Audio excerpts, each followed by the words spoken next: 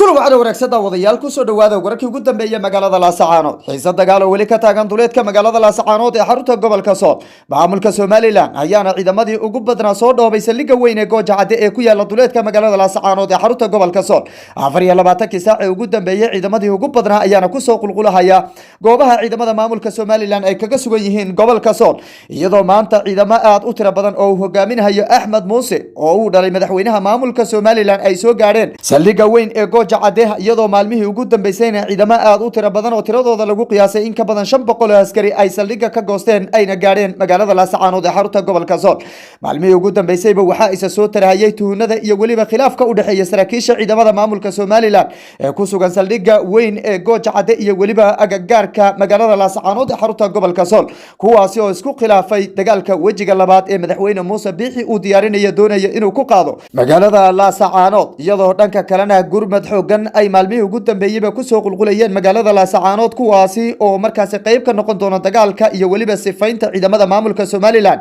looga sifaynayo guud ahaanba gobolada ACC waxaan idin soo gudbin doonaa xogihii ugu dambeeyay iyo xaaladda wali cakaran ee ka taagan duleedka magaalada Laascaanood iyo waliba goobaha lagu kala sugan yahay iyo diyaar garowga xoogan ee ay wadaan ciidamada ACC dhanka kale maamulka Somaliland ayaa eedeymo culus u jeediyay General Morgan oo ay ku eedeeyeen in ciidamada uu wato ay ka dagaalamayaan duleedka magaalada Laascaanood ee xarunta gobolka Sool dhanka kale wasiirkii warfaafinta ee maamulka Somaliland ayaa la shaaciyay inuu ka baxsaday magaalada Hargeysa isla markaana uu baxsaday wadanka Ethiopia waxaana idinka haynaa xog faahfaahsan oo la xidhiidha goobta uu ku sugan yahay wasiir Kore oo markaasi ahaa wasiirka warfaafinta ee maamulka Somaliland qodobadaasi iyo kuwa kale faahfaahsanaya daawadayaal warkeena kaga bogan doontaan waxaana istuuray gula sugan saaxiibka waxaana isla markaana qaybka barnaamijka soona indheeyay xaaladii ugu dambeeyay magaalada Laascaanood waxaana uu soo dhawow wajiga labaad ee dagaalka ayaad moodaa maamulka Somaliland inay isku diyaarinayaan maanta duleedka magaalada Laascaanood waxa soo gaaray Axmed Muuse oo uu dhalay madaxweynaha maamulka Somaliland in ka badan 200 askari oo la socotay ayaana la sheegay in uu soo gaarsiiyay saldhigga isla markaana ay qayb ka noqon doonaan wajiga labaad ee dagaalka iyadoo maalmihii ugu dambeysay ciidamadii ugu badnaa saldhigga Gooja Cade ay ka soo goosanayeen ayna isku soo dhiibayeen ciidamada deegaanka bal xaaladdu waa sidee caawa magaalada Laascaanood aad iyo aad baad mahadsantahay Santiago wajiga labaad ee dagaalka magaalada Laascaanood ee xarunta gobolka Sool ayaad moodaa in dhinacyadu u diyaar garoobeen dhaqdhaqaaq xoogan ayaana laga dareemayaa guud ahaanba goobaha ay ku kala sugan yihiin ciidamada dadka deegaanka iyo waliba kuwa maamulka Somaliland goobaha haatan sida weyn markaasi ay u diyaar garoow xoogan uga socdo waa togo weyn Maraaga iyo saldhigga weyn ee Gooja Cade ay ku sugan yihiin haraadiga ciidamada maamulka Somaliland waxaana maanta halkaasi soo gaaray ciidamo fara badan oo wato wiil u dhalay Muuse Biixi Cabdi oo loo yaqaan Axmed kaasi oo markaasi hogaamin doona wajiga labaad ee dagaalka ka dhanka ee dadka deegaanka iyo waliba ciidamadooda waxaana dhinaca kale taan ognay Santiago in maamulka Somaliland ciidamadii ugu badnaa ay halkaasi ku soo daadgureynayaan kuwaasi iskugu jiro ardayda iskuulada kuwa jaamacadaha iyo waliba dhalinyarada markaasi ee ku dhaqan magaalooyinka waaweyn oo si xooga markaasi loo soo daabulayo dhinaca kale qabiilada ee beesha Isaaq ayaa iyaguna ciidamo markaasi la saaray inay shacabka ka soo dhaxulaan isla markaana ay qayb ka noqdaan ciidamadan si kasta markaad fiiriso ciidamadan uu wato Axmed Muuse iyo waliba sidoo kale ciidamadii sii joogayba waxa ay maalmihii ugu dambeysayba wajahayeen culaysyo xoogan marka ciidamadan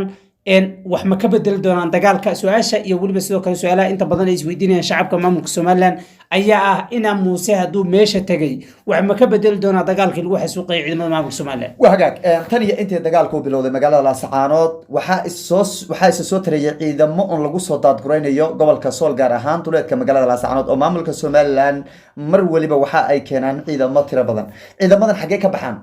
ciidamadan wali Gooja Cade ay ku sugan yihiin marka laga reebo qaybo ka soo goostay oo ciidamada ACC soo galay sida dadaraad iyo shalay maanta ciidamo kala duwan ayaa ka soo goostay ciidamada haraadiga maamulka Somaliland ee ku sugnaa saldhigga weyn ee Gooja Cade gaar ahaan ciisha ciidamada beesha warsangeli dhammaantood wax ku haray malaha maamulka Somaliland kadib markii sargaar sare ayaa ka tirsan ciidamadooda lagu dilay bartamaha saldhigga weyn ee Gooja Cade ciidamadan hub iyo waliba technique waxay wateen ayay la soo baxeen kuwa hore fara badanna sidan oo kale ay uga soo baxeen shalay maanta ilaa iyo daraad ciidamada soo goostay ku soo biiray ciidamada ACC waxay gaarayaan ilaa iyo in ka badan 500 oo askari waxaana inta tusaale cad u tahay in ciidamada haatan ay u kala baxayaan beelbeel iyo qabiil marka ciidamo haddii marba ciidamada qabiil isku bedeleen oo ciidamo qabiil la keenayo dee qarannimadii la sheegay meesha way ka baxdayoo nin walba qabiilkiisa ayuu hadda aadayaa saldhigga weyn ee gooja caddana waa lagu kala baxay oo waa lagu kala cararay ciidan maanta qabiil oo beesha isaaq ma ogi ciidan kaleeto oo halkaasi ku jira ma laha beelaha degan sida godobiirsiga iyo weliba samaroonku waxay bilaabeen ciidamadooda inay mar hore la baxaan mar hore ayay la baxeen ciidamadooda dabcan waxaa meesha ku harsanaa dad uuna qaatayaal uu ka mid yahay mahad cambaashe iyo ciidamo yar oo wato iyo weliba sidoo kale taliya sare oo maanta soo dhibay oo beesha warsangeli u dhashay oo asagana qayb ka ahaa ciidamada maamulka Soomaaliland sidoo kale tan waxay saraakiishaasi sheegeen in ayagu ay wahayaan gaashaan oo la hordhigayay goobaha dagaalku ka dhacayo dabcan waxay si cad u sheegeen inay faquuq iyo weliba tacadiye ay kala kulmeen arrintan ay cuntami weyday ugu dambeynna ay hubkoodii la soo baxeen oo maanta ay qayb ka yihiin shacabkoodii la xasuuqayay isla markaana ay difaacayaan wahagaag maamulka Somaliland waxa ay sheegeen General Morgan oo dagaalkii 77 iyo waliba dawladii Siyaad Barre saraakiisha ugu sareeya ahaa isla markaana ay sheegaan inuu xasuuq ka geysay deegaanada Somaliland inuu haddana dagaalka uu qayb ka yahay oo ciidamo u wato ay ka dagaalamayaan duleedka magaalada Laascaanood arrintaasi maxaa ka jira Santiago Morgan deegaanadan dadkiisii ayaa lagu xasuuqayaa dadkiisii ayaa ku dhaqan inuu maanta difaaco dabcan cid uu maanta uga daba fadhiisanaya ma jirto musabixi oo maanta aan u dhalanin deegaanadan ayaa wiilkiisa usoo diray generaal oo dhahay maanta ka dagaalan magaalada Laascaanood marka in General Morgan uu maanta ka dagaalamo magaalada Laascaanood oo difaaco shacabka uu hor istaago de wax u diidi kara malaha General Morgan maaha General Morgan General Xijaar General inda yare general badan ayaa joogo marka inay Morgan waxay ugu waxaynayaan waxa weeyo musabixi ba xasuuq ayuu ka geystay gobolka Awdal magaalada yani Boorama dhibaatadii ka dhacday iyo xasuuqa halka ka dhacay waa la ogyahay hal maalin ayuu ku dilay 10,000 oo qof oo shacab aw Samaroon maxay inta ka soo reebay Godobiirsi asaga ka soo reebay 10,000 oo xilliga joogtay buu laayay marka Santiago marka hadii la dhaho يعني ده مورغان وحبو حسوقي مورغان مانتا مغالده دفاعيه و ilaalinayo musabix laga celcelinayo waxa weeye magaalada Laascaanood asaga ayaana u dhashay deegaan ahaan iskale marka nin deegaankiisa ma difaaci kartay la dhahayo dabcan ma jirto musabixi dulmi iyo waliba dhibaato uu ka geystay magaalada Boorama ayuu ilaa xilligan hadana sidii iyo cuburintii ku maamulaya oo ku dhibaataynaya waxa maamulka Somaliland hadda wali waxa ay wadaan diyaar garowga wajiga labaad ee dagaalka sidee kula muuqda wajiga labaad ee dagaalka wajigan waxaad moodaa inuu noqday qaab qabiil de marka hore waji qaran buu ahaayo qaran baanu nahay bay lahaayeen oo nidaamka waxa qayb ka rag badan oo maxaa dhigi jiray beelaha kala duwan ee maamulka Somaliland hore uga tirsanaa sida ACC iyo gobolada dhan dalka maamulka Somaliland ayaa gibi ahaanba qayb ka ahaa dagaalkan laakiin wajigan labaad dagaalka ka socda magaalada Laascaanood waxa uu noqday waji qabiil cid kasta way ogtahay oo maanta Soomaaliyeed musabixi waxa uu beelaha isaaq oo dhan saaray beel kasta inay keento 390 askari طبعا وترى markaad fiiriso aad u tira badan marka la eego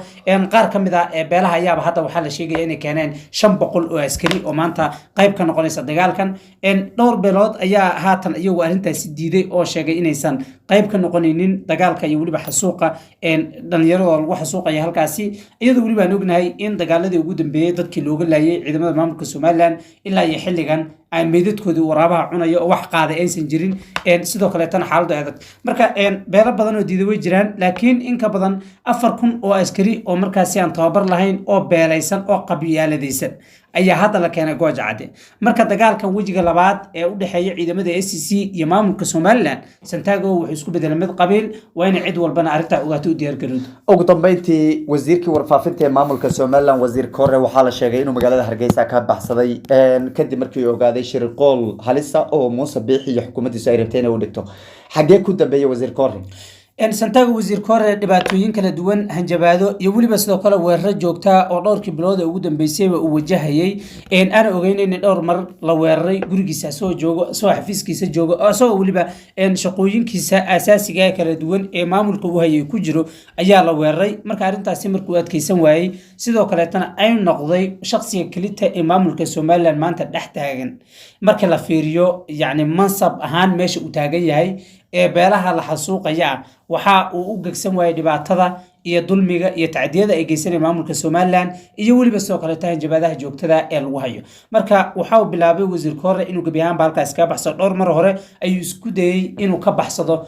goobta uu ku sugnaa laakiin ugu dambeyn maanta ayuu Ilaahay sahlay inuu gabi ahaanba ka cararo waxaana uu tagay magaalada Addis Ababa ee xarunta wadanka Ethiopia ayadoo waliba Santiago la sheegay in uu ka soo aadi doono dhanka Soomaaliya halkaasina uu kula kulmi doono qaar kamid ah isimada iyo waliba garaadada ee gobolada ICC dhinaca kale waxaan ognahay isbuucii la soo dhaafay in